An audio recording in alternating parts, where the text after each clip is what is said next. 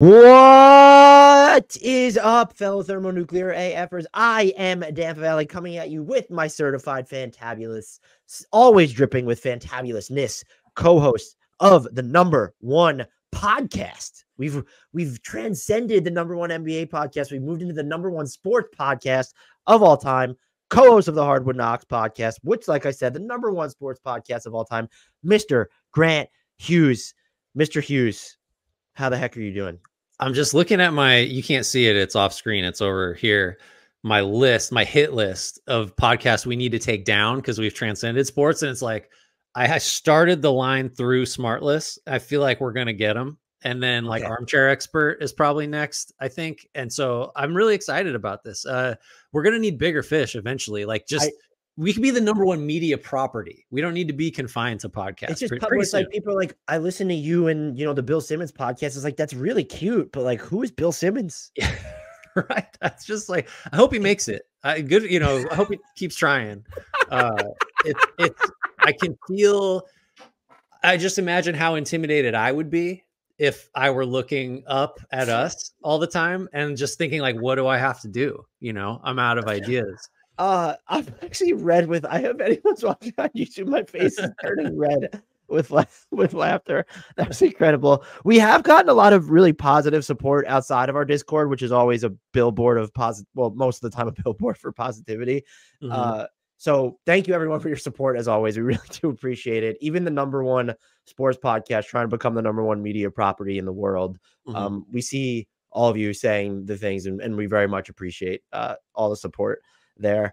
I do feel like there's going to be at least one fan base that is irate with me after we, because I want to start with, I don't actually want to start. I don't even want to give them our time of, our time is valuable. Like we're the #1. Right. You have to start here though. Like you're compelled to.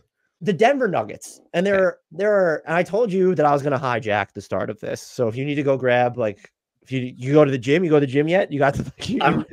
I'm just ready. I'm ready to be exercised by your passion and great points that are forthcoming. I want to make one thing clear, that this series, when we come out of it and when we talk about them, it needs to be more about the Wolves. Their defense is, and I don't say this lightly, it is one of the most effectively aggressive defenses I've ever seen in my entire life, to where it's just like the amount of pressure they put on you without fucking up or providing an opening is honestly incredible. And they were the best defense in the regular season.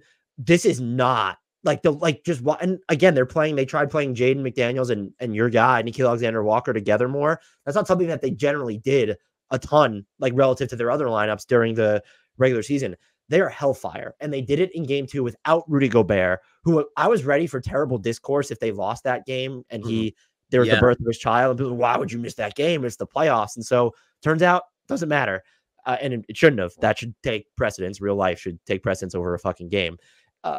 So this is more about the Wolves, and we will talk about the Wolves and how they have broken the Nuggets. There's also the caveat of KCP, bum ankle. You could tell it. Jamal Murray, calf strain. You could actually tell. Also doesn't like heat packs, apparently.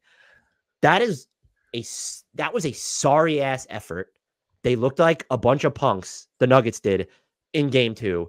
And I appreciate Nikola Jokic's equilibrium to where I don't need him to be this source of rage afterwards. I saw people getting mad at his lack of incense, like in the media quotes afterwards. I'm fine with that as long as you play like you give a fuck. He did not play in game 2 like he gave a fuck. I'm not questioning whether he likes basketball or not. I think he's one of the greatest players of all time, which is why if you're mad about the discourse surrounding Nikola Jokic, take it as a compliment, not because I'm the one saying it, but because that's the bar to which he needs to be held, is that of an all-time great who understands how to adapt his game to be more aggressive when the dynamic of your team is shifting, which it is shifting because Jamal Murray's injured and they don't have the room for him to do less, or he doesn't know how to adjust to do less. So he's taken bad shots or trying to create separation and can't do it. You look at the way they played, and it was disgusting, especially in the third quarter. And there's been hints of this all playoffs. They've started terribly in these playoffs. Their starting lineup right now through 2 games against Minnesota, one of which Rudy Gobert was not a part of. Their starting line's been outscored by 42 points in 39 minutes. that is a fucking shit show. And you're out there, you have Nikola Jokic only taking 12 shots. You can credit the Wolves defense all you want. Like, you can't catch the ball in traffic, or you're just putting it on the floor trying to dribble through like 8 dudes, like with this loosey-goosey nonchalance. And then some of the passes that everybody's throwing, what are you doing? Like, you're supposed to be this, you're the title favorite. Like, you're supposed to be the title favorite. And the Wolves are doing this great job. But this is the first time that I've really watched Nikola Jokic, and I felt like they need something different long-term or in this series from him, to where it's, what is this dude doing here? I understand this team is going through the motions. And if you told me they came back and won the series, it wouldn't, you know what? It would shock me, because it was just one of the sorry ass efforts I've ever seen from them. Even when you're baking in the caveats of the Wolves are fantastic. The Nuggets are clearly dealing with injuries, and you're watching that game. It was like by the midway through the third quarter, and it was just clear, like, they're not moving. They're not even trying to move or be in the right position on defense. Like, Kentavious Caldwell-Pope was probably the guy that felt like he was giving an Aaron Gordon, especially in the first half. Those were the dudes that were like still giving it for the most part. I'm watching Nikola Jokic, and it was not, do I think that he's good, and you even mentioned this, that you think the Nikola Jokic discourse could turn after the series. In the macro, I don't think it should, but like, you need to show something more than you did in game 2. And this is, I guess this boils down to radio Dan, where I'm saying, just give more fucks. And I don't like to boil it down to that, but give more fucks. You're on your home court, and you're just getting absolutely punked there. And I really think it comes down to the way they defended for me too. Is like this, they were unraveling on offense, but the way they're defending, like, again, by the third quarter, it felt like KCP, even though he was kind of getting beat at points, felt like it was really the only one that was like giving any sort of damn there. And that's just inexcusable at this level, especially when you're at home and you're going against a team that has had offensive issues all year. And they've shown up in these playoffs. We know what Anthony Edwards could do, and Wolves deserve all the credit in the world. I don't know how you come away from that game thinking that the Nuggets have a chance in hell of winning this series. I did not come away from the game thinking the Nuggets have a chance to win the series. I think I'm just like, it's hard for me to pile on the Nuggets, which is justifiable, without like just flipping it to how good the Wolves have been. And I think among the many things that should concern Denver is just the idea that, like, it almost feels like they've been surprised by how effective this Wolves defense has been. And like, you know, you've heard, I think Aaron Gordon had comments about it, how Jokic is getting hacked, you know, all the time. And yeah, that's the reason you lost by 80, my guy. So that's Jokic. The thing. It's like, I was going to ask you, like, it's almost rhetorical because we talk about this all the time. It's like the way the series is being officiated, I guess, favors the more physical, like longer, more active defense. But like, when does the longer, more active, more physical defense not have advantages like that? Unless the referees come out and like there's whistles on the first 10 defensive possessions to like signal to Minnesota that you can't play this way. Like, it's never going to be the wrong move to come out and just be like, we will hack on every play. Not saying they're doing that, but if you want to go that route and complain about that like aspect of the series, like, it's never the wrong decision to come out that way. Cause like, maybe the refs are going to quote unquote let them play, and then the ball starts rolling and you can't, you know, Nuggets have no answer. I think maybe for me, because I agree with what you said, I think it feels like we're not doing a deep enough dive or being thorough enough in our analysis to say like Denver needs to play harder, care more, whatever, like come out with more intensity. But it's just like, what else do you say? So let's put that aside. We agree on that. Well, there's the other thing too, is if they want the deep dive for the series, the Nuggets are a -9 in points off turnovers. They are -9 in second chance points. They're a -7 in fast break points, and they are -28 in points in the paint. And so it's just like, you have to win something, right? And they haven't. And it's not just because they got the shit kicked out of them in game 2. Like, this is stuff that's dating back to game 1, and there's the lack of.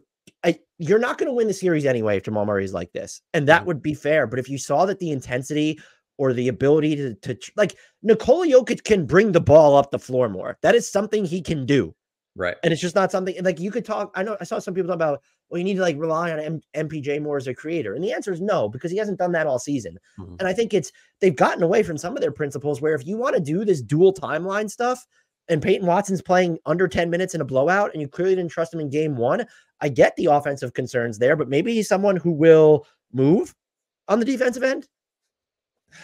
There's your deep dive. Sorry. No. And all those things like are good illustrations of like how Denver is losing the like whatever you want, the intensity, the athleticism, the give a shit like battles, because all those numbers are like at least are closely and in some cases loosely related to like those aspects of the competition. But it's like I kept thinking during game two, in addition to like, oh my God, the Wolves are just like their lineups are so big and they're so physical and they're so relentless. Like this is overwhelming for anyone. But it just makes me think like, because I always come back to this for the playoffs. The teams that succeed are the ones that don't have exploitable weak links. And it's amazing to me that the Wolves defense has exposed weak links that you just, and I guess the injury, we can't just pretend like Murray is 100% and KCP is 100% and like that their injuries don't matter. But independent of that, Minnesota is showing that Denver, if Jokic cannot facilitate, like the offense doesn't succeed. Like that's just like Murray isn't good at, like Murray's not an all-star level. Like I'm going to run this offense independently. Like he, even at 100%, like that's an iffy proposition. And so hobbled, it's just like, well, okay, where does Denver go to create good shots against a defense this good if Jokic isn't going to be able to do that? Because you have length on him, you're doubling, you're forcing him to take threes, you're forcing him to be more. They're forcing Jokic to do. He just refused to take him. What was the only one? So this is the thing. Like, so that's one thing. And just the depth issue. Like, I feel like there were lineups with like Justin Holiday and Christian Brown and Reggie Jackson on the floor together. And it's just like, this is not going to work at all. Like there's just no, so the depth is another thing. The lack of secondary creation is probably the main thing I'm looking at. But like, and on the other side, Minnesota has weaknesses too. And Denver's defense, to your point, is just not exposing them. Like no, Jaden McDaniels going after Murray repeatedly at the start of, especially in the third quarter. Yeah. Just like, there are, so like if you're looking for hope on the Nuggets side, it's like Minnesota hasn't just morphed into a team that's different from the regular season one that just sometimes could not score. It's like those things are out there for Denver to attack and, leave Jaden McDaniels alone. Like, attack Cat so he gets in foul trouble, get him out in space. Like there's just ways to go. Denver doesn't seem tactically or like motivationally like inclined to like go after that sort of stuff in the same predatory way that like Minnesota is just like the Timberwolf is like the correct mascot for this team right now. They're just like, it's a pack and it's swarming and it's just like they're vicious and it's such a perfect thing. If you're the Nuggets, let's like spin it forward a little bit. Like, doesn't it just need to be, now Gobert coming back might change this, but doesn't it need to be, if Jokic isn't going to shoot threes and Cat's going to guard him, you just have to basically change your offense, or at least early in the game, to where Jokic is like getting the ball at the elbows or on the block, and he's going to try to score on Cat. And if you send a second defender, that's almost always what the Nuggets want anyway, because then he can use his greatest skill, which is setting up other guys to score. Like, is it as simple as just do that until Minnesota proves that, Cat's not going to foul out, or it can rotate quickly enough? Like, what are the solves? Or like, if we get away from, well, they need to be healthier and they need to try harder. Like what is the fix against a defense like this and all this momentum now that Minnesota has built up? I don't think that they have one. And so that would be a more, if these were two close games that they lost, that I feel like that would be the discussion that we're having. Mm-hmm. I think what they could do is, do you sell out on offense a little bit to, like it's time to go pull the Peyton Watson and Christian Brown at the same time lever, because we need to at least try and make sure that we're not getting caught off guard by Minnesota's offense, which has been, they've been good and smart about, it seems, attacking weak points in Denver's defense and repeatedly going after them. I mean, of course, it helps that you have Anthony Edwards, who's just once again like having a transcendent series here. But Karl-Anthony Towns, he's been really good. This has been a very like productive Naz Reid series, and they're getting, look, I mean, you have, we've talked about like Gilgeous-Alexander just become a dependable 3-point shooter is basically what I'm stammering through my words. Like that's just the thing that's happening. You have the smarts of Mike Conley. And so the Wolves offense has been really, really good. And it's not a matter of on that end of the floor. Yeah, game 2, it felt like they really just sort of imploded at both ends of the court when you look at the Nuggets. But it was the Wolves that led them to the implosion. And when you're looking at how they've been able to poke and prod, it's like my point being, it feels like Denver actually has more control, can have more control over what the Wolves are doing on offense than they can have control over their own offense at this point, if that makes sense. Because as you can do whatever you want with Jokic. I know his game is not, he's going to have nights where he doesn't take all those shots, but like part of being this 3-time MVP that he's about to be is I thought he's always done a really good job of toggling between existences. I think he's done a really poor job. He did a poor job of that in game 2. In game 1, like he took shots, he took more threes. I don't think if Murray's going to be like this, you just don't have, I agree with, yeah, go ahead, do that. Like it's just try to make Jokic as a scorer, make them send 2 or 3 to the ball and try to capitalize from there. I'm almost at the point, like, if this is going to be what you look like on offense, or if you could only be a little bit better, they're not going to yank Jamal Murray out of these lineups, although maybe the NBA will do it for them for game 3 after throwing the heat pad. By the way, I like in our Discord, I said, like, if it's me, I'm suspending his ass for game 3 because, like, I don't know. Part of it was like we were talking off air. Like I'm frustrated and annoyed because I thought Denver was going to win and they're getting their asses kicked. And I was like, oh, you're making me look like a fool. So I'm mad at Denver just objectively. No, he should be suspended. You can't throw shit on the floor during play. Yeah. Like it's just like, one, it's just like it's Bush League, and 2, it's super dangerous. Like guys were jumping up and down near that. And now you're going to leave without talking to the media for the second straight night. Twice, like, yeah. I have no bones about. I don't really like saying this about people who are so much younger than me specifically. And so we're talking about he's a 27-year-old. He's adult. That's coward shit. Go talk to the media after you do something. He should be suspended. Like he should. I don't want to see first of all, the series isn't going to be impacted either way, because at this rate, the way how injured he is, I honestly don't have a solve for the Nuggets, but you don't want to see a playoff series impacted by an absence. But you know what? The Wolves didn't let Rudy Gobert's absence impact them. I get they're healthier. I get they're longer. I get that they were kind of built to, and look, I saw someone tweet this. If Tim Connolly is both the person to build the Nuggets and then their kryptonite, shout out to whoever said that on Twitter. That's fucking crazy. But he should be suspended, and it shouldn't be. I don't want to see a playoff. Well, if you get swept or down, if like Jamal Murray didn't play game 3, this would have been a completely different series. I don't know what they're gonna do, but that's dangerous stuff. And what were you thinking? I was trying to watch the video, and I was like, does it look like it slipped? Like he was just waiting. And no, it doesn't. So.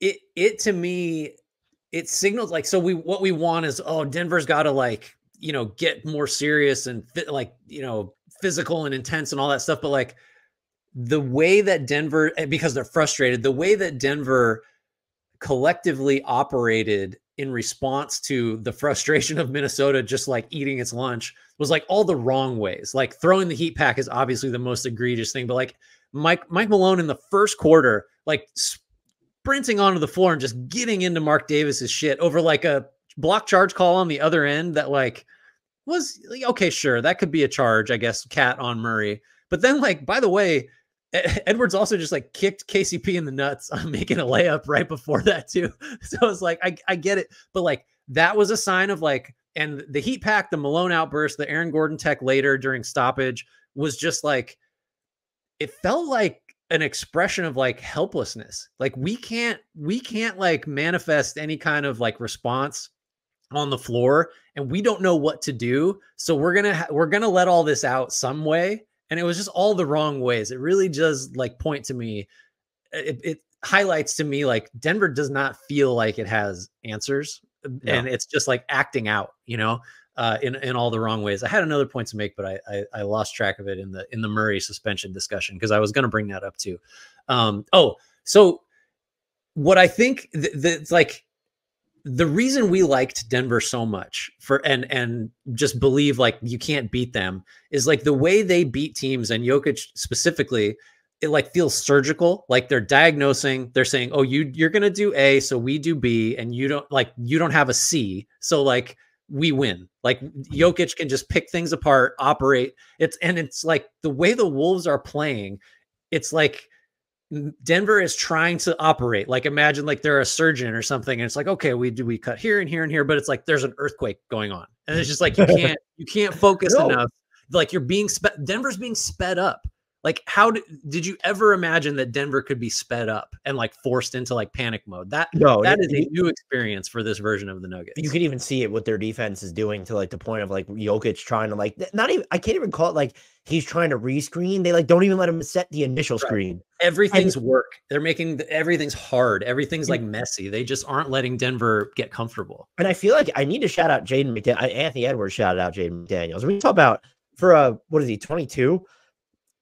I know we underrate leadership qualities, but every single interview he does is just, I come away like, wow, he gets it. Like he gets it in a way that we don't even get it type deal, where he can bring it back to, he's always shouting out his teammates, which one, okay, you get, but it's like he's calling them out specifically for something. It was Jaden McDaniels, so I want to shout out Jaden McDaniels. I was pretty hard on him because of his offense during the regular season and at points. Justifiably, though. Like that was fair.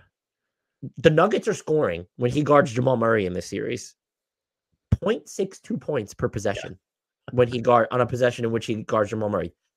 That's fucking bonkers. Yeah, that's crazy.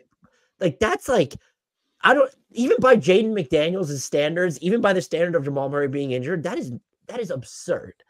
He has been like he's been smothering, suffocating. Gilgeous-Alexander Walker has been good too. So was Anthony. I mean, I think you could have made a case during the regular season that Gilgeous-Alexander Walker, and this was, smaller minutes, maybe not facing as many starters, that he was like might have been better defensively than Jaden McDaniels. Jaden McDaniels had the harder workload though, for sure. McDaniels been spectacular in this series, but Anthony Edwards also shouting out Jaden McDaniels, and the way that he's just been able to make you sort of, or maybe internally make Karl-Anthony Towns feel like he is still like a 1B or 1A, when it's just like, no, that's not, and we don't need to get in, that's fine, but like he's still deferential to Karl-Anthony Towns, and he's just, we talk about toggling between existences. I felt it more in this series than ever, where like he kind of like, he can flip a switch between like now recognizing when he needs to force something or when they need him as a scorer, when he needs to actually defer. And in game one, do you remember a point? I felt like it was by the second quarter or something. He looked winded. And then like all of a sudden it's just like, no, like he's going to set up, maybe defer a little bit more, but then he's back and he's closing strong. He has been, I don't know that you can speak in hyperbole about Anthony Edwards at the moment. So on that topic, I think it was in game one where Reggie Miller was saying like, show me a better two-way player in the league than Anthony Edwards. And my immediate reaction is just like, oh, cringe. Like, come on, man. Like, first of all, what does that mean? Is it, we've started with face of the league, and now we're talking about two-way player, which is like this term that gets thrown out, like when a guy is good at both sides, but it's like, well, is he? It was just like, I don't know what that Kawhi Leonard participation trophy, where it's, you wanted to call him the best player in the NBA, but you couldn't because of LeBron at the time. The totally apt comparison. The thing is though, like the longer this goes on, again, like I'm so resistant to like, let's crown this guy because he had an all NBA season, but I don't think anybody serious had him as a first teamer. And like, he's just statistically, like he's not on the level of a lot of those guys on the first team and in that neighborhood. Wasn't a serious MVP candidate. And I'm so resistant to like, it's too early. Like, what are we doing? But like to this point in the postseason, given his age, like what else do we need to see? Like other than like keep doing it, right? Like it's not like there's this glaring. And to your point about the leadership thing, the Michael Jordan comparison falls apart there because Jordan broke guys down, and like if you survived it, you were better for it. But it just like lifts guys up. Like he's a completely different type of leader, where it's like somehow he's getting away with, and not getting away like it's a bad thing, but like he's marrying just like the killer instinct, like just a monster on the floor, with also like we love it when he talks his shit. And like Kat said after the game, like when he's talking his shit, like we know like good things are going to happen. And he's like pointing at guys when they fall down, and like, we're cool with it. Whereas a lot of other guys would be like, that's an unserious basketball person out there. We don't like that in our alphas. It's like, he gets to do it his way. And it's, as long as he's just going to keep like kicking everybody's ass, it's like, he's just like it feels like a new brand, like a younger brand of like, this is what the best player in the league can look like in 2024, where he's just like, he's having a great time and he's lifting guys up, but he's also just murdering everything in front of him. It's a weird hybrid that like maybe that's why I'm uncomfortable with all the like, let's crown him already. Is like, I don't feel like I've seen this before and I don't know what to do with it. Yeah, and there's been like, it's weird too, because he's already had some bigger, call them postseason moments, like where it's been, you have this regular season sample, but then he's just this like freak in these like higher stakes games. And the other, it kind of led me to believe, because we talk a lot about other players, and Jamal Murray would be one, where it's all right in the regular season, it's okay, he's really good, but then he had 2 game winners in the last series. He has these epic playoff performances. Does that, you get that vibe from the Wolves collectively? I know they were dominant on defense, but is this, everyone was worried about, can they hold up in the postseason crucible? And it's weirdly now, are they better built for the postseason crucible than the regular season slog? That's a great point. I think I was certainly guilty of this, and I think a lot of people were that didn't buy the Wolves. Of like, well, the offensive weaknesses are just too pronounced, and so the defense doesn't matter, and everybody plays harder in the postseason, so that advantage dissipates. It's like, maybe we should have just focused on the strengths and the things that like might actually matter more in the playoffs, which are all the things we've lauded them for in the last 25 minutes. I think that there might be something to that, because like youth, physicality, aggression, commitment to just like, we're going to be the toughest team on the floor. Like that's a strength of theirs. And I think that does matter more in the playoffs, I guess. I mean, don't the Knicks kind of fit into that to a lesser degree too, where it's just like, we're going to play our asses off and like, good luck keeping up, is kind of, you know, not the same defensively, not the same makeup, but I don't know. I guess you feel like you learn something new every postseason. And maybe this year's lesson is like, just, I don't know, the team that just brings it defensively is the one that is going to win now. I mean, we'll see how Boston does. And if we get a Boston Minnesota finals, like, holy shit, that's going to be, I'm already, you want to start a Thunder Wolves preview for the conference finals? Or I have started thinking about how interesting that series might be, but yeah, like, you talk about a contrast in styles. That would be a big one. Just lineup structure alone. Right. Just the size. I mean, we can't, right? Dan, we can't. The Mavs, like, we can't do it. Is there any other thing else that you have, like, is there like, what is there? I don't even know how to say anything. I'm not trying to say anything negative, but like, is there anything you look at with the Wolves and it's, we just need to monitor that move? It's like, this could go wrong. A couple things. I think there was a really telling run in game 2 where the Wolves were generating turnovers, and like, just still the through line of that game was Minnesota continuing to just like physically dominate Denver defensively. But it seemed like, I guess it was probably the second quarter. I can't remember now. It all kind of runs together in a blowout like that. But where the Wolves would generate a turnover, and then like Naz Reid would hit a 3, generate another turnover, and like Gilgeous-Alexander hits a 3. And so like, I don't know if I believe that like they can continue like the back-to-backing of ridiculous defensive play and like back-breaking 3 on the other end. So it's just circling back to like, can they really continue to score effectively enough, especially if Denver gets serious about like, let's make Jaden McDaniels shoot 8 or 9 threes to try to beat us. Like, I don't know if Denver has the ability to control like anything at this point in the series, but the offense would be one thing. The stretches where they're just like hitting threes and getting stops, I feel like Minnesota all season did not string those together really in a sustained way. So I guess it's just that, like, I guess I go back to my priors before game 1 of like, what am I concerned about with Minnesota? Can you force someone besides Anthony Edwards to initiate offense? Can you make Rudy Gobert have to decide what to do with the ball in space on offense? Like, can you do all that stuff? Like, it's the way these first 2 games have gone. It's kind of like, I don't know how Denver can force the Wolves to do anything. But I would just focus on those things, I guess, but it feels like grasping at straws at this point. Yeah. The one thing that would be a concern, and I think I want to be clear, I think he's actually been really good defensively in this series specifically, but he's had like Anthony Edwards, Karl-Anthony Towns, and the foul trouble aspect of if you do try and target him a little bit more, because what he had 5 in game 1 and 4. First of all, I can't take him with you, so I'm all for him using them below 6. That's totally fine with me. And he's also, I was looking at this too. The Nuggets have scored, and it's team defense on possessions, and with Karl-Anthony Towns is guarding Nikola Jokic for at least part of it.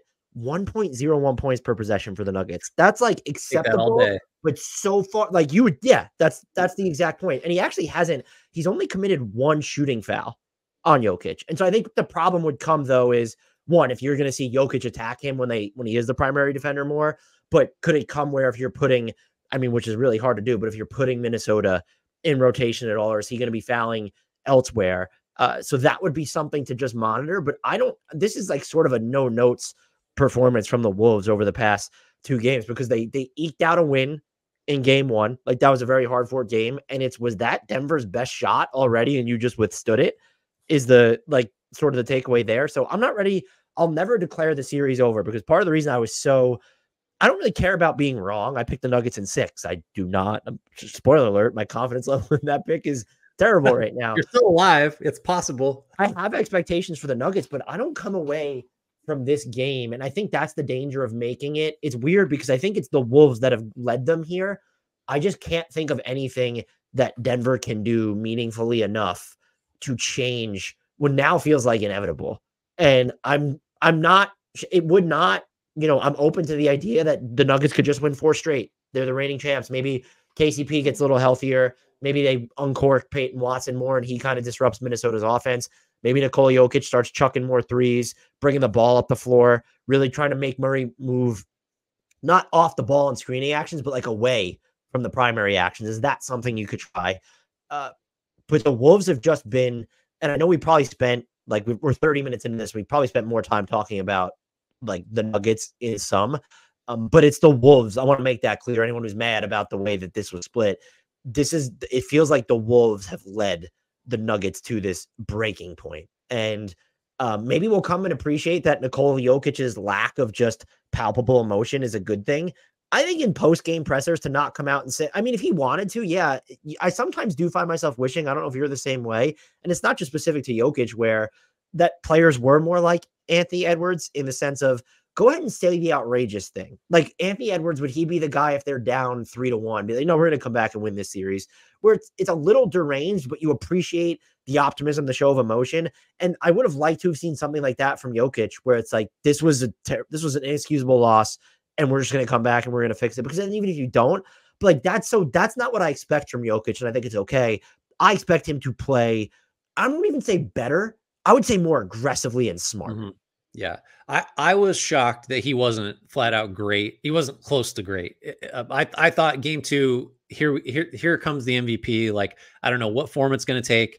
He's not going to let them go down 0-2 at home. And it's like, yeah, okay, we can't just put it all on him. I know you get an outsized share of credit and blame when you're as good as he is, but it's like, 2 of the other 4 starters with him just aren't healthy and are not helpful. But like game 3, we got to see something spectacular. I think, like, because we can talk about all this other stuff about what can the Nuggets do. Granted, we didn't come up with much, but like the number one thing just needs to be like the guy we think is the best player on planet Earth has to like remind us that that's what he is. And like the circumstances are what they are. Like that has to be the fix, right? It's not like, might not be enough. Gordon's got to be a little better. It's like, no, Jokic has to be the best guy in the gym. That's just what has to happen. And at the end of the day, too, it just might not be enough because I don't think they win this series if Murray is like this. And like he needs to take better shots, but I don't actually know what they're short of saying. And they went to this lineup for a little bit, but it's okay. So what if you just put in Reggie Jackson for Jamal Murray and you're just hoping having the health? It's not going to help you defensively. Like maybe just having the healthier body and someone who's a little bit more reserved on offense. Does that help? It's just, they're not going to win this series if Murray doesn't even have to, he didn't put together these complete games against the Lakers and he's not healthy. I want to recognize that, but you're out there, you're throwing heat packs, taking bad shots, leaving before speaking to the media. If you're not going to get trademark moments or stretches from Murray, you're not going to win anyway, but Jokic still needs to take ownership more of the offense. And it's, again, the Wolves are doing so much to fuck up the Nuggets, but like his ability to make better decisions in traffic or when catching the ball or when just looking for his own offense is not like, that is, the Wolves can impact the outcome of what's going on there, but they shouldn't be impacting like the actual, and it's probably a mind fuck though, because the Wolves are at once this like collective erasure, but also deterrent because it's not even just about stopping what you're doing or like making it more inefficient. It's not even letting you get into it or making you second guess yourself to not do what you want to do. And so the Wolves, a great basketball team that we may have all underestimated, and there's going to be time for bigger picture discussions about the Nuggets if they lose this series. I just hope we get, as basketball fans too, like we deserve a better effort than what we saw from Denver in game 2, quite frankly. There's the Wolves have been great. That's a great story to tackle. The Nuggets, I think, made it easier on them in game 2 than it ever should have been. I think it's all a feedback loop. Like the Wolves being this good are feeding into the Nuggets looking this bad, and Denver's got to break out of it, or this is going to be a 4 or 5 game series. I think that's sufficient on a but like, it's just shocking. I'm shocked. I'm stunned that the series has gone this way. I did not think that Minnesota had this in them, and I didn't think Denver in a very different way had this in them either. Pacers, Knicks. Look, I'm not a fan of talking about officiating either. There are some pretty bad calls down the stretch of that game, but I really appreciated, and go shocker, this will surprise absolutely no one. I really appreciated what Caitlin Cooper wrote in the aftermath of it at Basketball She Wrote. Go check it out. Go subscribe to her Patreon. Where yes, those calls, the kickball that wasn't I think it was actually more egregious. The moving screen that was called on Miles Turner when Dante DiVincenzo basically flopped. Look, DiVincenzo, you can't be mad at him because that's just the level of gamesmanship we're dealing with right now. To call that, then I understand. And then they did confirm that it was the right call, but relative to how the game was officiated and the moment, no, it wasn't the right call. But I actually came away feeling not worse about both teams, but the two things that stood out is every time the Knicks win like this, I feel like it emboldens them to be a little bit less creative, to where I'm wondering down the stretch of that game, why are they not, like, they just won't even send ball screens to Jalen Brunson to try and get Tyrese Halliburton, and just having him go up against Nembhard. And it's, well, are they thinking they're just going to bring more bodies into the lane then if Tyrese Halliburton's involved? And that's so, but like, to not even, it felt like never go to it. So that was something that stood out. And but what stood out more for me for the Pacers is Tyrese Halliburton kind of just like, there was a lot of Andrew Nembhard in like offense when it mattered most. And it's, what is going on here is it a health thing? He looked very stiff on defense at points. Like, what is going on there? That was just the most bizarre thing for me. Yeah, I feel like, there have been a handful of these, and certainly more post hamstring injury, going back several months now.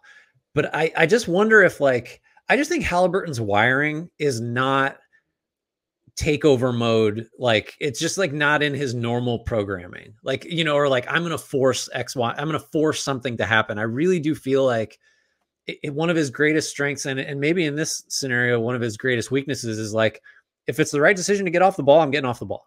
And it's just like, that's how you end up with 2 made field goals in a playoff game. So like that, that just has to change, because the Pacers aren't going to get enough from everybody else. Like, when it's still sometimes a forced shot, I guess, or like, I don't know, just a more determined effort to get your own.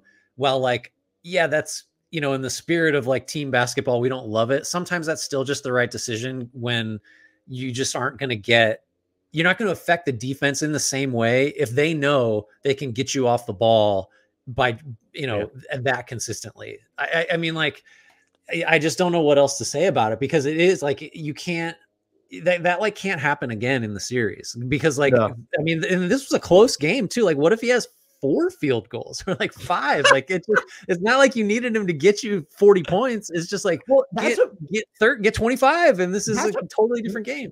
That's what makes me think this is less about him trying to adapt to the circumstances of the roster. And this is like is he injured? He doesn't have it. Like, is the hamstring, is something else wrong? Something with his back, just looking at the way he's moving.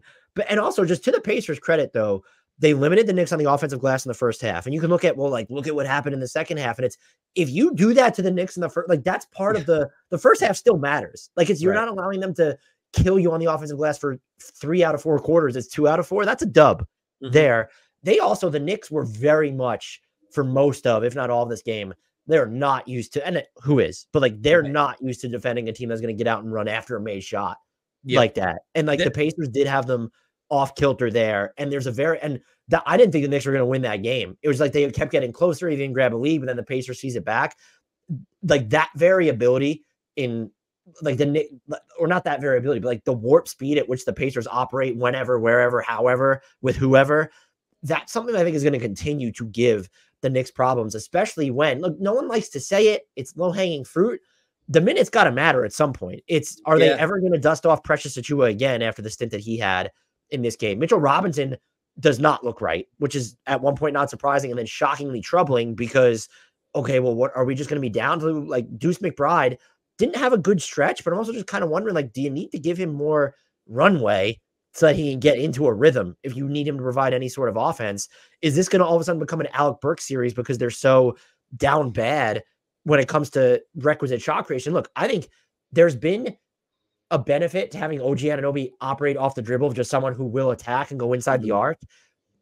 It is such an anxiety-ridden experience to watch him put the ball on the floor, spin, or try and make a decision with it, pick up his dribble too soon. So he had 4 assists in game 1, so good for him. But like, that feels like, in my mind, it was going to catch up to the Knicks if they got to the conference finals against the Cavs or the Celtics specifically. And now it's just like, it might catch up to them against Indy because you're investing so much in winning. Have they had a stress-free game this playoffs?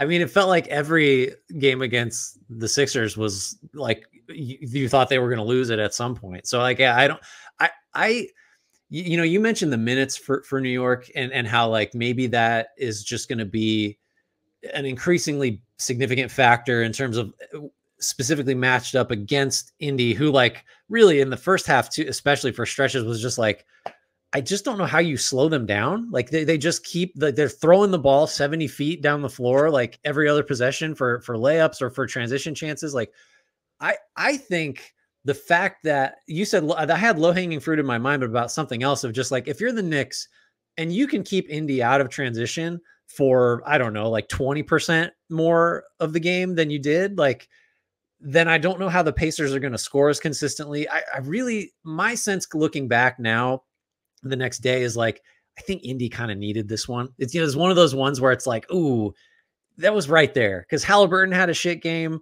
They got what they wanted in transition. I think that might dry up a little bit. They did lose the transition. And like Isaiah Jackson dominated the game for like 8 straight minutes. Like that's just like, you're not getting that again. I don't think. Maybe you will, but there were a few things that Indy is going to look back, I think, and say, yeah, that was maybe the one we needed for that split.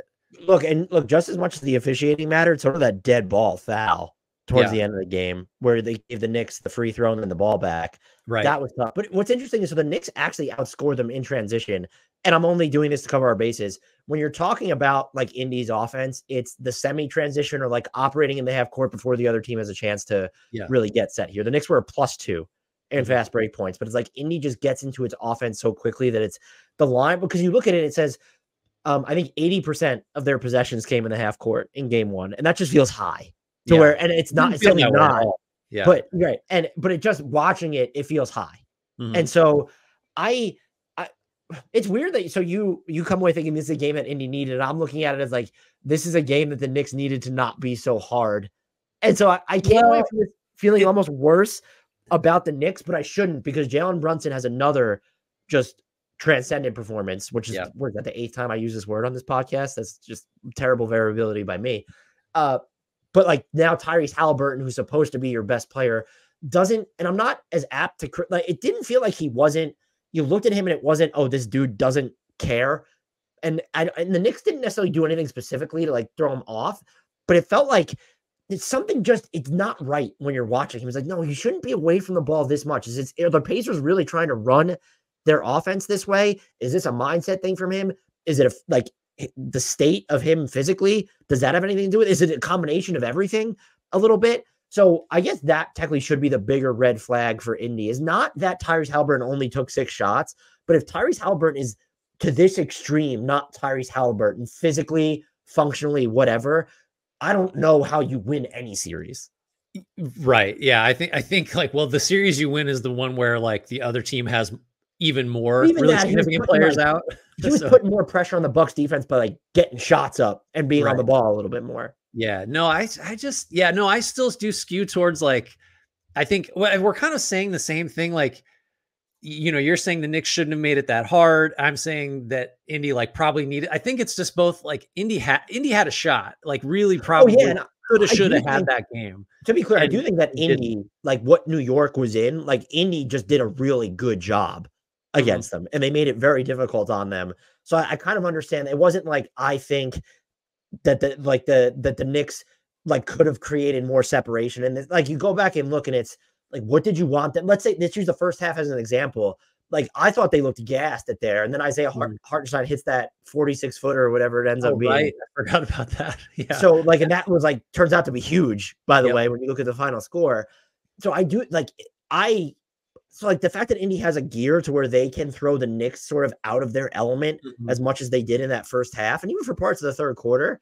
So I don't actually think that. I think what worries me about the Knicks is I look at this game and I actually don't see where they had the ability to create more separation from an Indy team that got like, I'll phrase it this way, a very, very, very less than ideal performance from Tyrese Haliburton. Right. Yeah. That's the diplomatic way to say it. Yeah. I mean, at this point, it's by far the more interesting series in certain ways, like because at least one of the games was in doubt, and it wasn't game 2 for Minnesota Denver. I think I don't know where else to go really, other than like I kept going back to when I was watching it, the Turner screen. I audibly said out loud, "That's a foul. You can't call that." I said that to nobody. I was by myself watching the game, but like that, like we should just circle back to that because I feel like that's kind of been, from what I've read and heard, it's like that's getting fixated on like a little too much. It's because like we always say, like there's 40, in this case, like 47 other minutes to decide this game. I was stunned that was called a foul, even though it was absolutely a foul. I don't like to talk about the officiating in that moment, and you can't call like that. Just cannot be called. And that's also, I understand where people get frustrated by the officiating. I was tagged multiple times and like game is rigged. Like, I'm not like miss me with that. Right. So my whole thing, I don't know what to make of a game in which Tyrese Haliburton plays like that. And I know I'm talking in circles now, and the Knicks still win, but it was so stressful for them and taxing. And yet I can't point to, well, how would they have created? You could say some of these guys could have hit more shots, but like, that's just like Indy, even they brought them out of their comfort zone, not on the offensive glass. I'd be curious to see the data on this.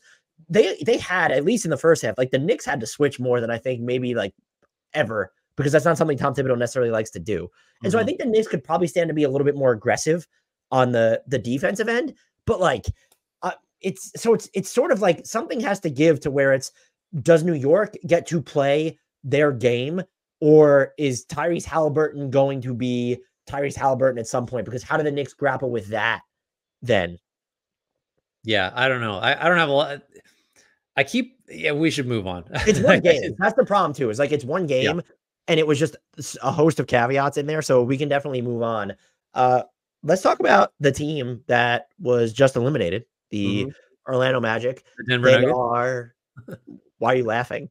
I said the Denver Nuggets. Oh, sorry. They got I didn't hear that. That's cold. So Orlando gets to a game 7 against Cleveland. It looked like they were going to win game 7. What were they up by, like 80 at one point in that game? Like that. I think what's interesting about this team is everything.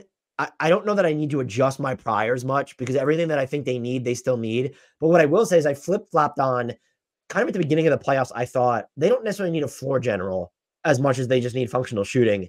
And now I've kind of flip-flopped back where it's like, no, you can't have your floor general be a non-shooter, but you do need the offensive organizer, because Paolo Banchero is just that dude. I came away from that definitely thinking, and he is just the stuff he could do with the ball. Like, I know people like to use Blake Griffin as an analog. I just don't think we've ever seen someone with his like build and the stuff so light-footed and artsy, like with the ball in his hand. I don't know that I have a good analog for. Oh, I do know. I don't have a good analog for what he does. Don't you think? I know this isn't the whole point of what we're going to talk about, but like I get the Blake Griffin thing, but there's almost like there's more like Carmelo. There's like shades of Melo in there, like the good shades, and like, but yeah, there's not. Even that doesn't feel quite right, just because the physical size and the power that he plays with like the good footwork and the the ability to like, he does not hunt the Melo like face up, jab, jab, jab, long two. Like he does the younger Melo of like face up. I'm maybe going to shoot a turnaround. I'm maybe going to put you in the basket like that. It is. I struggle for the comparison too, but the Blake Griffin one is not enough like on its own. It's not quite right. You talked about the guard thing. So I think ironically, I come away from that series. The only real change really over the course of the year and especially this series is like, I think Jalen Suggs now is like one of the easier guards to build around. Whereas before I was like, he can't shoot, he can't pass. Like, what do you do with this guy? And now it's like, it could be a 2, right? He could maybe get better as a playmaker. You could put a 2 next to him. You could put a 1 next. Like if they go get Tyus Jones or whatever, like I would kind of leave that being like, all right, that might work. I don't have a problem with Jalen Suggs spotting up more.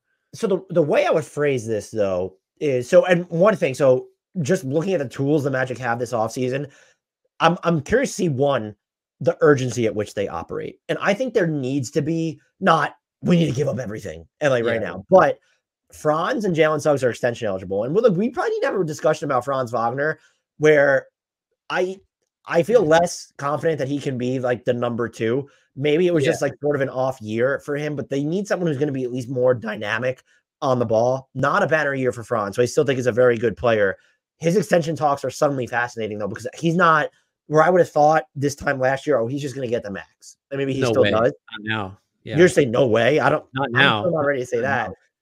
But you do have him and Suggs are extension eligible. Paolo Banchero will be extension eligible next year. And so these deals aren't kicking in, they're a year behind. But when you're looking at 2025, 2026, you are going to have Jalen Suggs and Franz Wagner on substantially higher numbers. So this offseason, they can get up to. This is not what I project them to have. Yeah, we got to talk about that. Go ahead.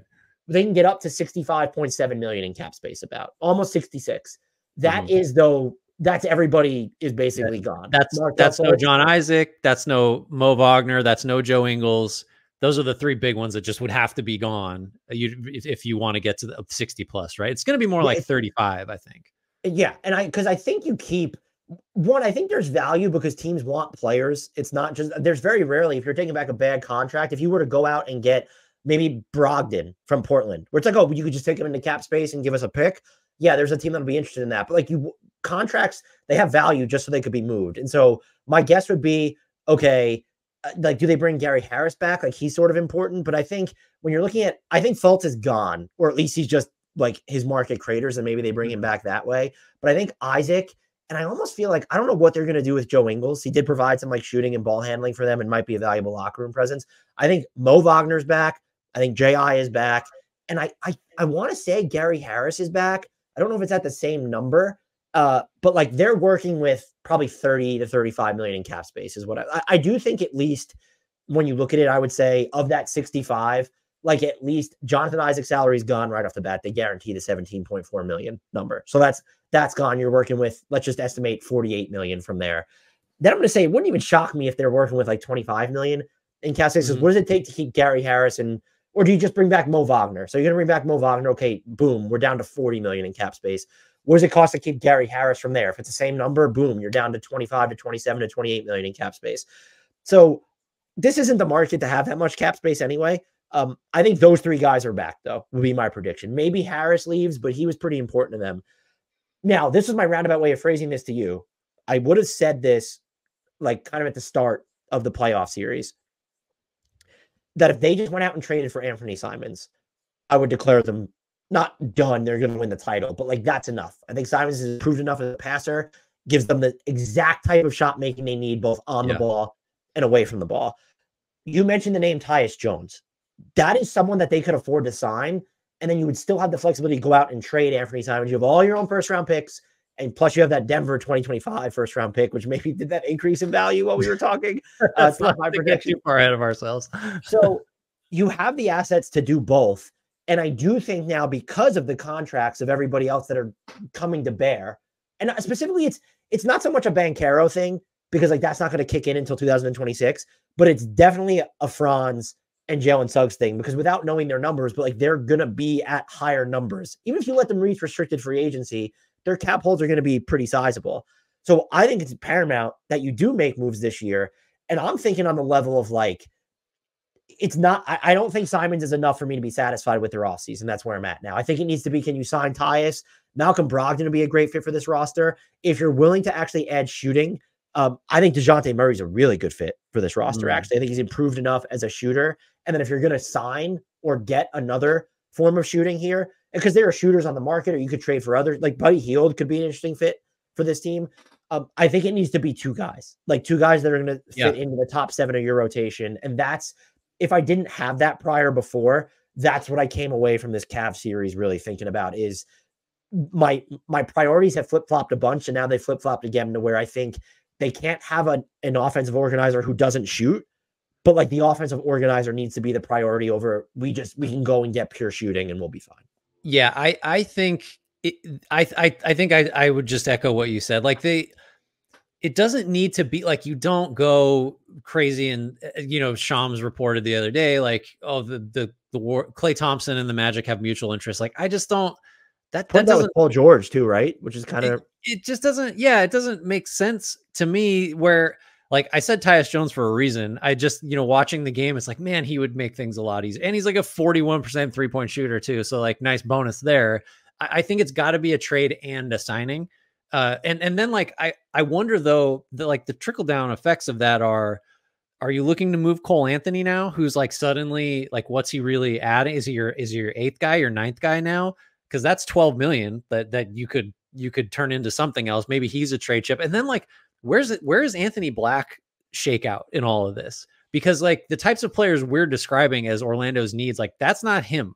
So like is he part of a trade package? Is he someone that like you just bury on the bench now because like he just doesn't bring the offense that you want from those positions? Like it's a good problem to have. There's no urgency. You just finished his rookie year. Like you could mess around for 2 more years developing him if you want, but like he doesn't fit the conception of this team that we're kind of putting together now. Would you, and I want you to put on like your most conservative hat here. I'm not saying campaign for Ron DeSantis. My MAGA hat. There's no more conservative hat.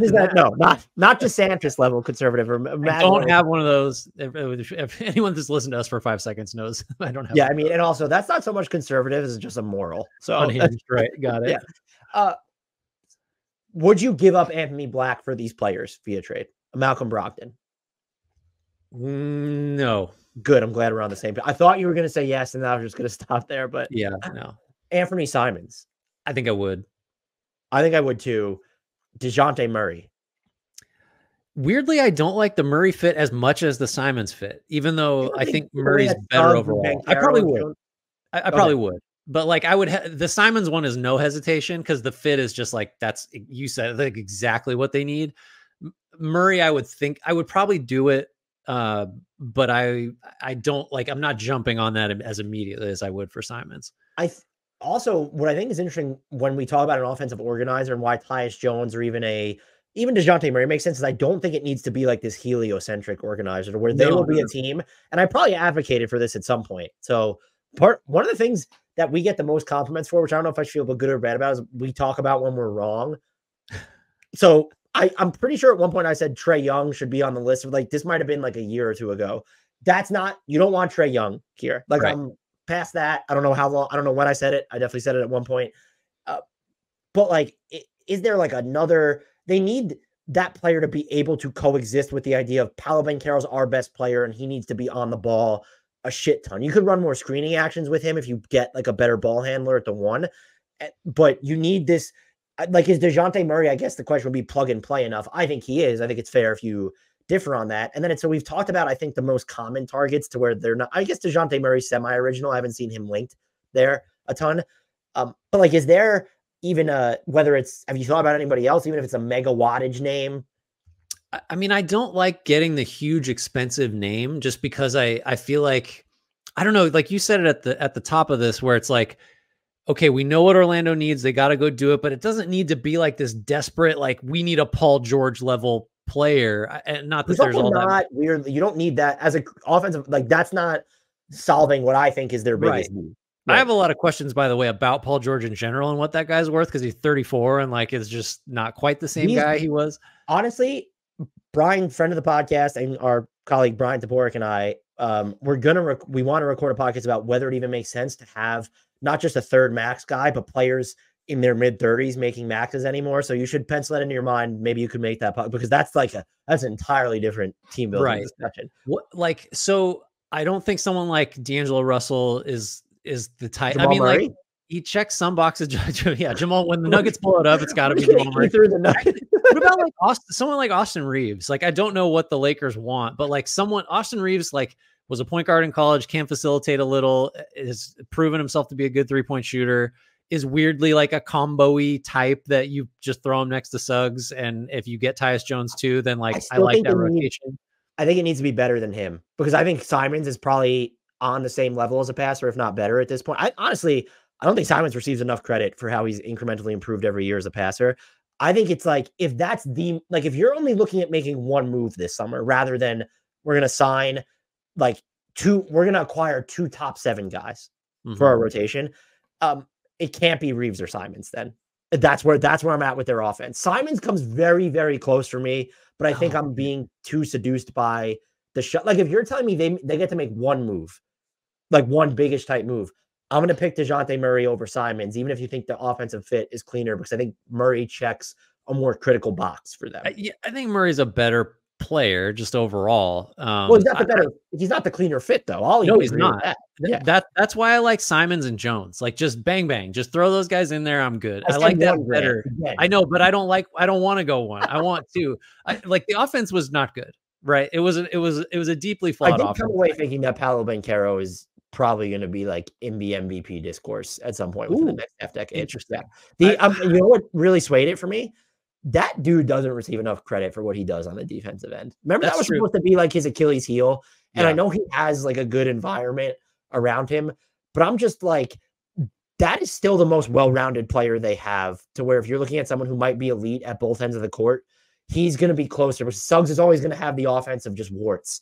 And I'm not saying Paolo Banchero is an elite defender, but like as someone who can move, take on some of the bigger primary assignments, I was impressed with him as a rookie, and I'm even more impressed with him now. So that doesn't really have anything to do with what we were just talking about, but I threw it out there anyway. Well, it does inform it does, because it informs like how seriously are you going to go after like a quote unquote star, the offensively or whatever. It's like, if you think Banchero is going to be an all NBA guy or an MVP candidate at some point in the near future, it's like, then we are just talking about filling in around that, because like, you can add in all the, like, you're not going to get a guy, if he is that type of player, you're not going to get anyone this offseason that is like above him in the pecking order. No. So you're just looking for people that fit in around him and can make open shot. It's in a way, like, we're not really discussing anything different. Like, Orlando has needed guards that can make shots and pass since, this team came together.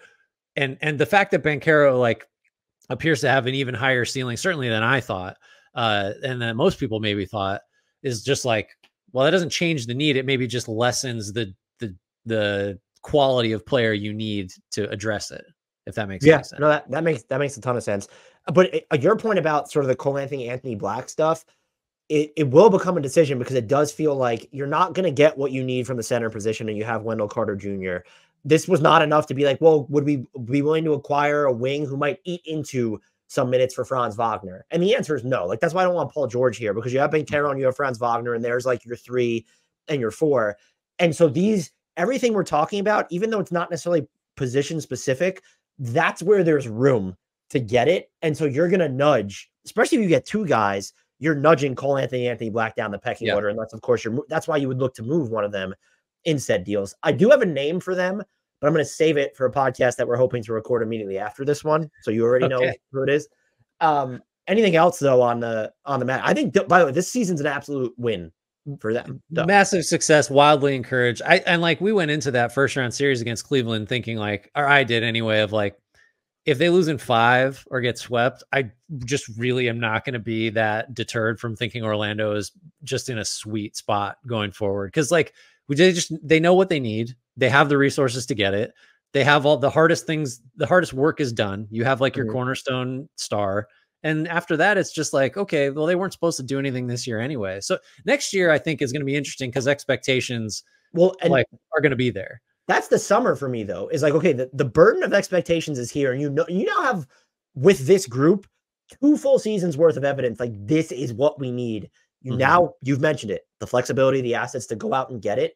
Go out and get it. Because if you come back and you decide to do placeholder stuff again, where it's 1+1s or just guys on a bunch of just regular 1-year deals, unacceptable. I mean, if that guy is Tyus Jones, sure. But Tyus Jones is just, I might say he feels a bigger need, but it's like that, not that it's uninspiring, but like it can't just be, we'll run this back plus Tyus Jones. Like that can't be, that's not what I want to see. In a lot of ways, this is like the most important step towards building a sustainable winner, because it's not, you're not like skipping ahead by going and getting like in prime guys right now, but it's just like, you kind of got to get these right, because like it just get all the way back. Like the money's going to be gone because you're going to have to give significant raises to like all of your key young players now too. Is like, this is why it's weird, because these teams don't stay together nearly as long. I'm not talking about the Magic specifically, but in general. But like the planning also needs to start 2 years away from when you're starting needing your flexibility, and they're 1 year away from their flexibility being cannibalized by paying players who they need to keep around. Right. Good problems, all good problems. Like they have the ability to solve them. So just hard to be in a better spot than Orlando right now. Game ones between the Mavs and the Thunder and the Celtics and Cavs will have we are recording this beforehand. They will have been played by the time that we've put this out. But I didn't want to overlook them. Are there any, let's start with Cavs Celtics. Is there one question you have, or what you'll be monitoring about this series? One thing I guess is Darius Garland going to be able to have an impact against the Celtics defensive, just like ridiculous number of guys they can put on him, because like he just felt too small, too slow, ineffective throughout that Orlando series. And like, then you're just back to, can Donovan Mitchell get you 50 and keep you in a game? And so I think like there's a lot of things. I'm sure you have something different, but Garland doesn't need to be shooting 50% at the rim isn't okay. That's not, you're right. You might want to up that just a touch. Like I think he's the guy I'll be looking at, and like really he might be someone I significantly changed my opinion about, because I've been really high on him for a long time, but it's kind of, let's see. This is a tough opponent. He's not set up to succeed. I think he has to be really good for Cleveland to even make this a series. I agree with that. The obvious question is what's going on with Jarrett Allen's ribs. As we record this, he's questionable for game one. I've been checking to see if we get news on that. We haven't, as we're recording this. That'll be semi-big, because in a way, yes, you want Cleveland to have the option of going to the one big stuff, but like you want Jarrett Allen at your disposal too. Nice to have. what I'm really going to be monitoring is, because of how much the Celtics shoot threes. And if you're looking at like a per 100 possession basis, the Cavs are making about 9 threes in the first round series per 100 possessions. Boston's at 16. And so if you break that down per game, though, so like lessen it, you're starting off almost a minus 18 from beyond the arc every game. Is there going to be room? Part of that is, can Darius Garland make his threes at a higher clip? Maybe fewer peaks and valleys from Donovan Mitchell, who's clearly just banged up, but I just continue to be impressed by Donovan Mitchell. Same. And also worried by how dependent they are on that. Is there going to be room then to squeeze a Sam Merrill more into the series? Like they kind of pushed that button in game 7, but it wasn't for a crap ton. But to the degree too, look, it was nice to see Karis LeVert get going a little bit inside the arc. Boston's defense is, in a weird way, like they're smaller, especially without Kristaps Porzingis. That's someone else who I don't think anyone really expects to play, at least at the beginning of this series. But like they're going to be, it almost feels tougher to go up against inside the arc. And the fact they just it doesn't matter. You have Drew Holiday, Derek White, and Jaylen Brown, Jason, like who are you going to throw on any of your 2 primary guards, Darius Garland or Donovan Mitchell? It'll be Derek White and Drew Holiday, but just there's not like good options after that, to where like they could do whatever they want, and not whatever they want, but their defense, my point is going to be harder. Like Orlando's defense is fantastic, and Boston's is going to be, I think, even without Kristaps, a tougher match for this team specifically, because they have weak points where Boston can be like Evan Mobley shooting 20% basically on jumpers in these playoffs. That's not his game. I'm wondering if you're going to go with the one big stuff. Can we see more to create better room for him, which might come back to Sam Merrill as well? I'd like to see more Evan Mobley drives. Like I need more than 1 or 2 a game, which is what we're getting now. Can you create the space necessary to get Karis LeVert going inside the arc, which is something I just alluded to before?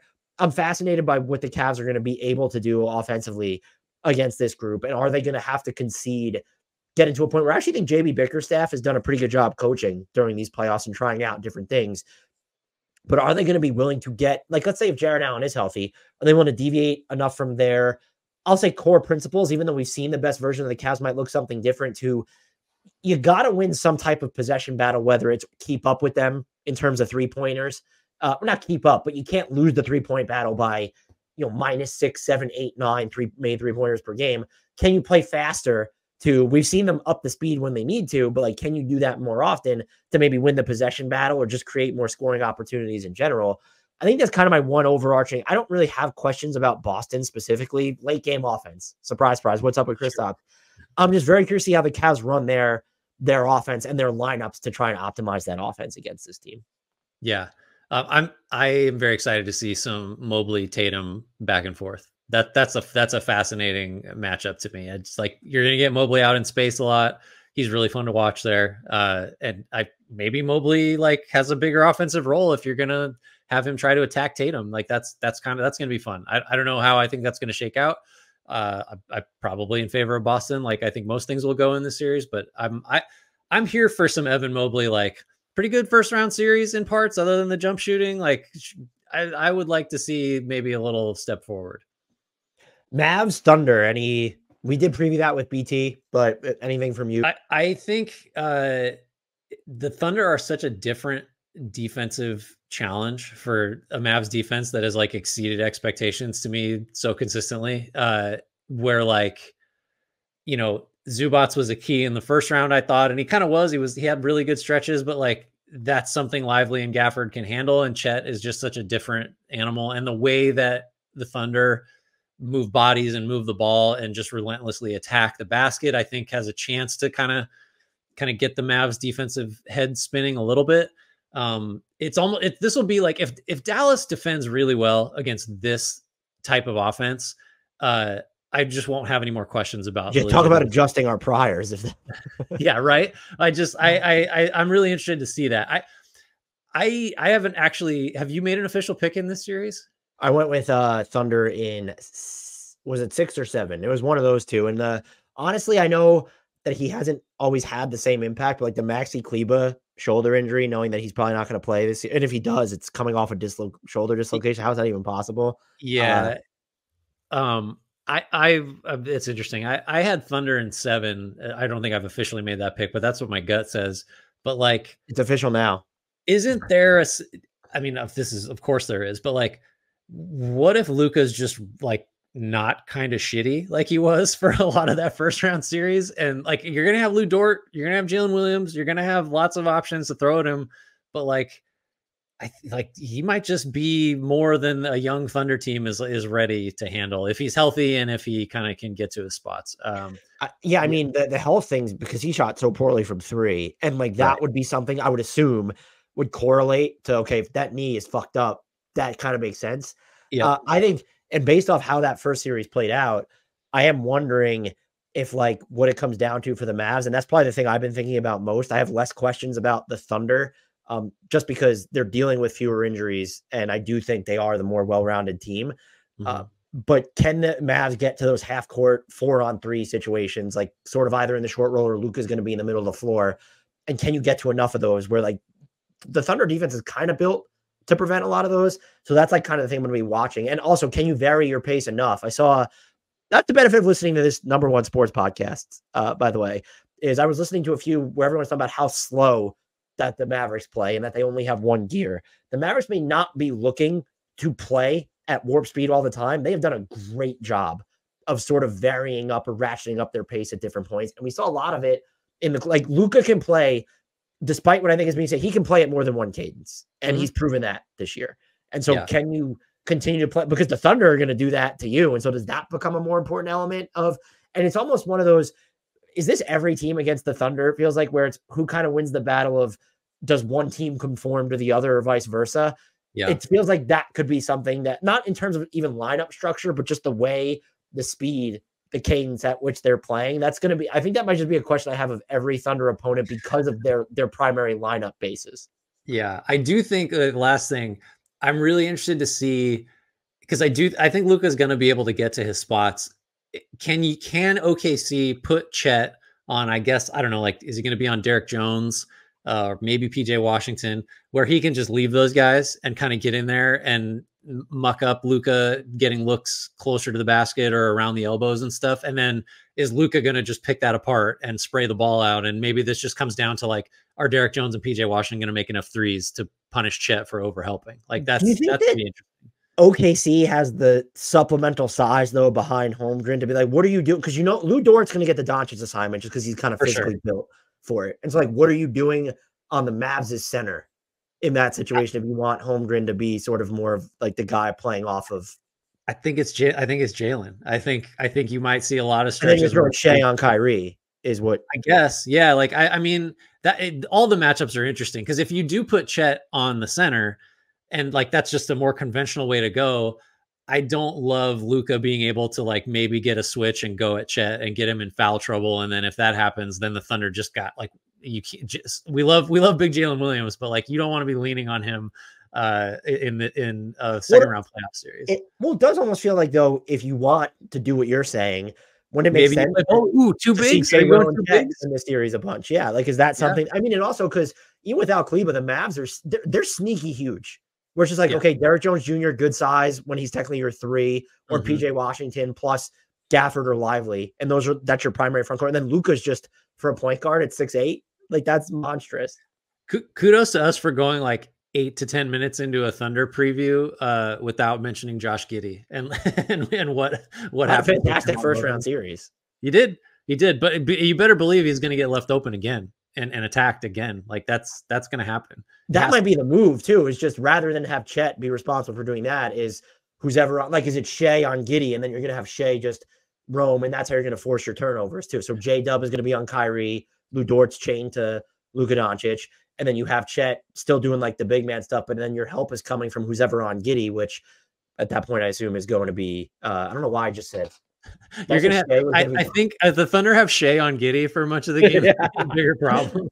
I'm tired. Like, they don't have a stroke and he thinks he has to guard his own team. But that was my point. So like, do you have so it's just it's if you're Dallas, who do you get to hide on Giddey? Like you almost want to put Kyrie there just to be like, okay, well, Giddey, like he can. And that's where you're sending because you're not going to want to put.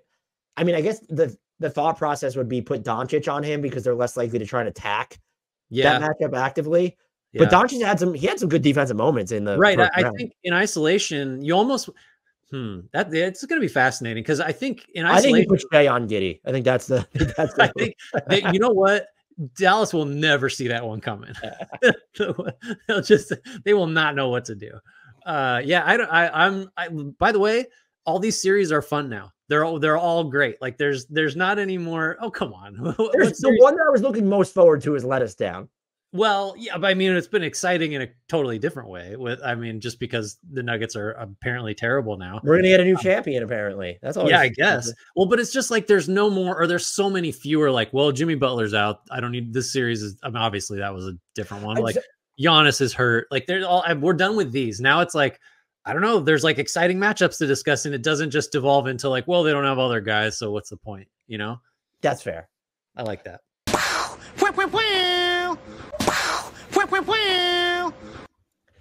We have stat padding, and we'll have maybe we do like get to a guess a player each, since everybody loves that. But we also have we have traditional stat padding as well. Grant, does that excite you at all? My interest is piqued. Ooh, it's a great phrasing there. Okay, so a little bit of a theme here. Who is the NBA playoffs all-time leader in total points? Kareem Abdul-Jabbar, Kobe Bryant, LeBron James, or Michael Jordan? LeBron James. That is correct. 8,162. It's not even close to anybody else. I got scared there. Who is the NBA playoffs all-time leader in total assists? LeBron James, Magic Johnson, Jason Kidd, or John Stockton? Oh, you threw Stockton in there? I'll say Magic. That is correct. 2,346 assists, and it's really not even that close. LeBron's in second, by the way. Who is the NBA playoffs all-time leader in total rebounds? Wilt Chamberlain, Tim Duncan, LeBron James, or Bill Russell? All those the old-timer guys, like, are they even counting all those back then? I'm going to say Wilt, just because he probably averaged like 25 a game for the few series he was in. That would be incorrect. Bill Russell at 4,104. It is close, within 100 of Wilt, though. Okay, feel better. Who is the NBA playoffs all-time leader in total steals? LeBron James, Magic Johnson, Michael Jordan, or Scottie Pippen? You had to throw Scottie in there. I'll say Jordan. That is incorrect. It's LeBron James with 483. Okay.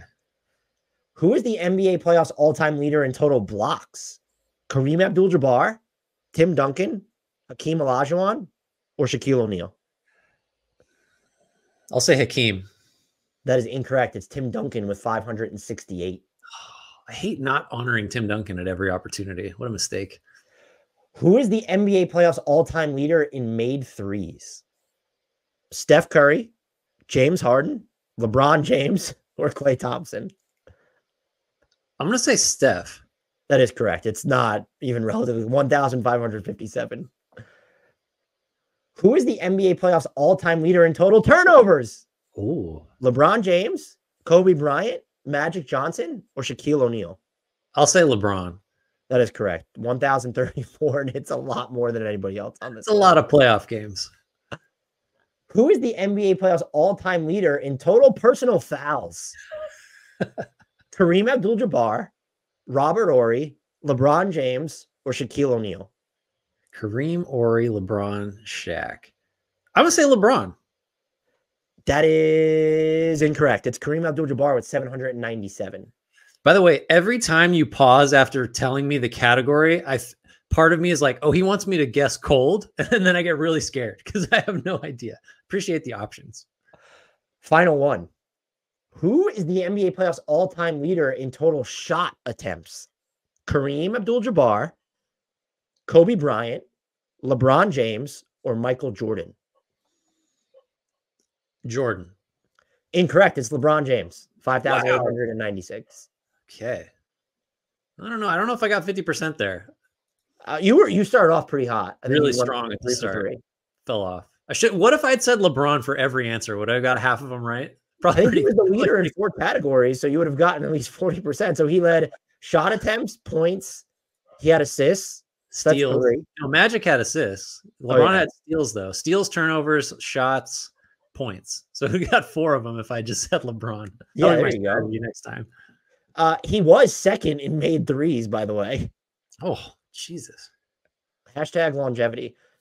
Okay, final one here, but this is gonna be tough. Are you ready? Ready. So Grant, 10 NBA players have won 3 or more MVP awards. How many of them can you name? I will give you 3 strikes. Oh, hell. Okay. Well, Kareem. Correct. That's 1. Jordan. That's 2. LeBron. That is 3. This is terrifying. Oh, Larry Bird. That is 4. Kareem, Jordan, LeBron, Bird. Magic get 3? He did. That's 5. Okay. I feel good. I got there. Got half of them. I don't like this because there's so many. All of the names I won't get will be really obvious. And we're not counting Jokic because he doesn't have it yet. All right, Jokic is the freebie. That's 6. Got to have that. Did I say Wilt? You did. I feel like I should give you a strike. Oh no, you didn't. Oh, that's 7. Hey, you get a strike. I had a strike. I get a 4th one now. 3 more. Who's got 3 MVPs? I'm not going to get it now. Shaq. Did Shaq have 3? Probably not. Strike 1. Nash only has 2. Curry has 2. I think Kobe has like 1. That's one I should know. I'm not going to say Kobe. God, I don't know. I'm out of like off the top of my head. You're missing one obvious one. One like okay. Yeah, like you're gonna be like, oh. It doesn't feel very obvious to me right now. Partly because I can't remember who I've said so far. An obvious one. I don't know. Does Oscar Robertson have 3? Strike 2. Does Bill Russell have 3? There you go. That's 8. That was the obvious one. That was the obvious one. So 2 more. Shit. Jerry West. strike 3. The final 2 were Julius Erving with 3. And I didn't expect you to get this one. Moses Malone with 3. Oh. No, I don't think if you'd given me like 10 strikes, I was going to get either of those 2. I'll take it. I'll take 80%. 8 10's not bad. Yeah, I'll take it. Do you have a guess a player that you want to give me? As a matter of fact, I do. This is from Bill here. Let me pull it up. So I need to get into the mind of a psychopath. Just hop in, look around, see what you think in there. All right. Let me make sure this is the right one. Okay. Clue number 1. Not a ton of clues here. Clue number 1. I was a top 10 first round pick in 2005. Top 10 first round pick in 2005. I don't even remember that draft at all. You got to take a Sweetney draft. Did he hear me say Michael Sweetney on the last pod? Someone's You got to take a shot. Just the glory of a one-shot kill is worth a bad guess. I still have nothing. That was my guess. Nothing? Oh, okay. No, it is in fact not Michael Sweetney. In my second year, I finished 3rd in most improved player voting. A young Dan Favale must have been furious I was even in the conversation. I bet you I don't even remember who it was because I didn't even consider him to be part of the conversation. You weren't thinking about most improved in 2005? What were you thinking about in 2005? Turning 12 years old. Wow, that's bad math. Turning 15, 16 years old. Next clue. My five most similar players, according to Basketball Reference, you could just tune out, are Kyle Lowry, Dick Van Arsdale, DeMar DeRozan, Stephon Marbury, and Tim Hardaway. Dick Van Arsdale was famously on the 1965-66 All-Rookie team and nicknamed the Flying Dutchman. That didn't help me at all. Like just blatant efforts to distract you, I feel like. Some of those are actually top 10 pick. Most improved player, a 3rd in most improved as a sophomore. And then the most similars are not going to help you. Yeah, give me the next clue. All right. In my 3rd season, I was 2nd team All-NBA, but not an All-Star. How about that? I made my first All-Star team in my 5th season, the first of 3 in a row, spanning both conferences. So he made it his 5th season. So we're in 2009, 2010, and 2011. They were an All-Star. Yeah. Spanning both conferences. So it goes from one to the other at some point in that 3-year run of consecutive All-Star games.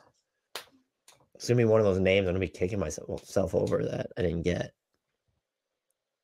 2005 was the Chris Paul draft. So I know it's not Chris Paul or Marvin Williams. I've ruled it out. Was 2004 the Chris Paul draft? No, you're right. 2005. Right. 2005 was the Chris Paul draft. I can feel you getting closer right now. I can see it. That timeline is so weird. Both conferences in the early 2010s and was an All-Star. I should know that. But I don't. All right. Next clue. I have to be the only NBA player to win 2 Olympic gold medals and in between play in the Turkish Basketball League, once dropping 50 against the fearsome German club Göttingen.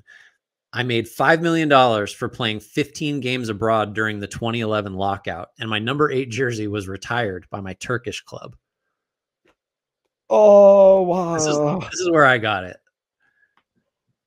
No.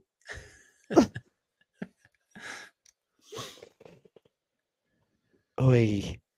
No, this is going to bug the ever-living shit out of me. It's the mark of a good guess a player. My 3 All-Star appearances in a row, both conferences, and then was one of the players that played abroad during the lockout. But also 2 Olympic gold medals. That actually doesn't help me. No? I mean, international basketball's never been like my bag. But now you know you're dealing with someone that was like, okay, this guy was on the short list there for a minute. Because if you're making, he was on the Turkish national team. No, he was not on the Turkish national team. He played in the Turkish Basketball League. Oh, okay. I'm gonna pretend that helps me. It really doesn't. Well, I don't feel like it's a giveaway to say the Olympic golds are with Team USA.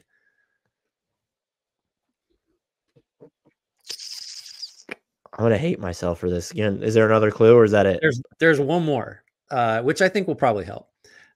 My last season, I was waived by the Mavericks due to recurring injuries that plagued the second half of my career. 4 days later, I signed with the Cavs, became Kyrie's backup, and ultimately lost in the finals to one of the best teams in NBA history.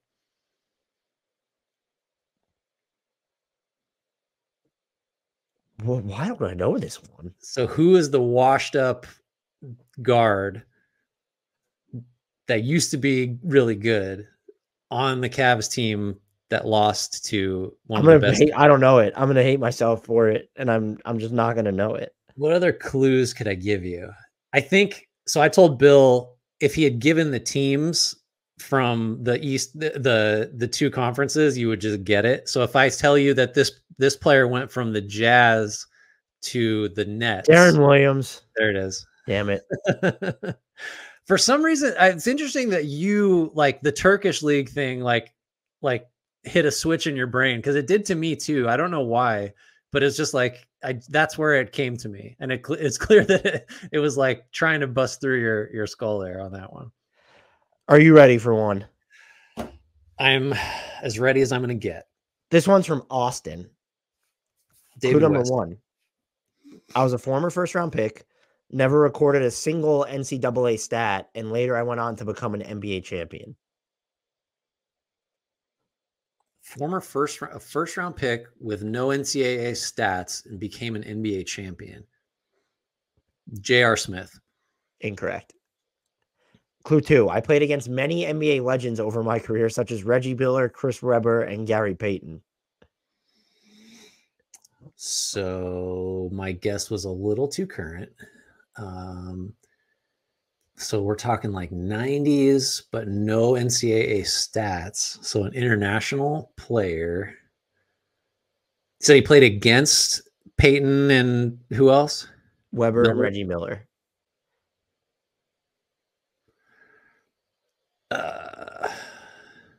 This is, the more I'm reading this, the more this is built for you not to get it on purpose. Okay, great. I love it. Vlade Divac. No. Clue three. I've appeared in several theater movies.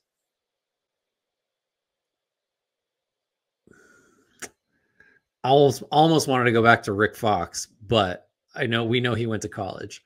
You need to think more current. But he played against Peyton, and I can't remember the other names. Did you say Chris Webber and Reggie Miller?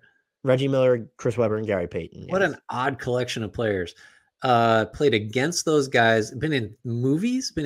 Why theater movies? Are there other kinds of movies I'm unaware of? He's not in any streaming. Straight to streaming or straight to DVD? Streaming. He's not a Redbox All-Star. More current. That's so bizarre. Well, more current wouldn't be Dennis Rodman. I don't know. Clue four. My career high of 61 points came against a team that has since been rebranded. The name / mascot. 61. I never remember who. Like, I assume that's like the Bobcats that they did it against, or something. So who's got 61? Should get me there. In movies, but I don't know. I'm like completely spun out here. Clue five. I've gone back and forth between two different numbers my entire NBA career. I mean, Kobe Bryant? Incorrect. Clue six. I'm in the top 50 in all-time scoring totals, and I'm not number 50. Okay. So anything but those. More current is I'm all completely. How many more clues do I have? That was clue six. You have 5 more. Okay, well, just give me the next one then, please. Clue seven. Like many athletes, I have a lucrative sponsorship deal with Nike.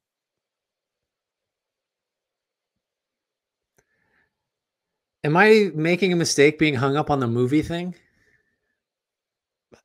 I don't know to what degree that's impacting. Like, wait. Well, I feel like he said multiple theater movies. Like, so this person's been in lots of movies. I don't really know. He's been in multiple movies. I feel like that should just be the easiest way to get there. And it's more current. This one will become much more fair by clue number 9. Okay, let's keep going then. Clue 8, though, is I've had many nicknames over the years, but my most notable nickname would imply that I am royalty. LeBron? Correct. Okay. Clue 9 was I have a love for books, it would appear, although it was a running joke that I never seem to make it past the first page. Clue 10, I've won a championship with 3 different NBA teams.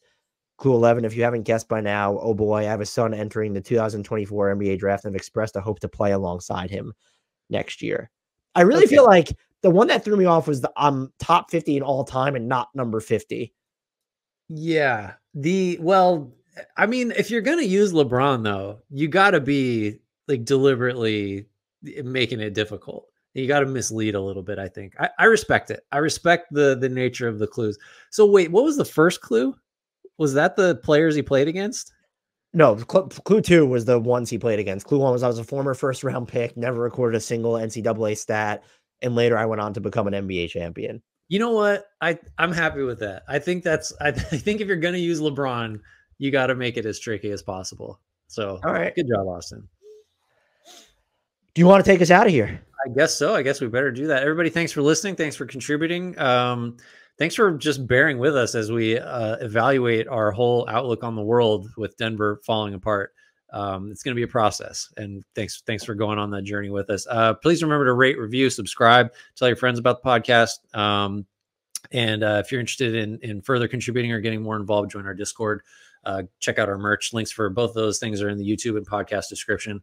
That's going to do it. Enjoy the rest of the playoffs. We'll be back with you soon. Shouts, Frank Ntilikina. Apologies, Jared Allen.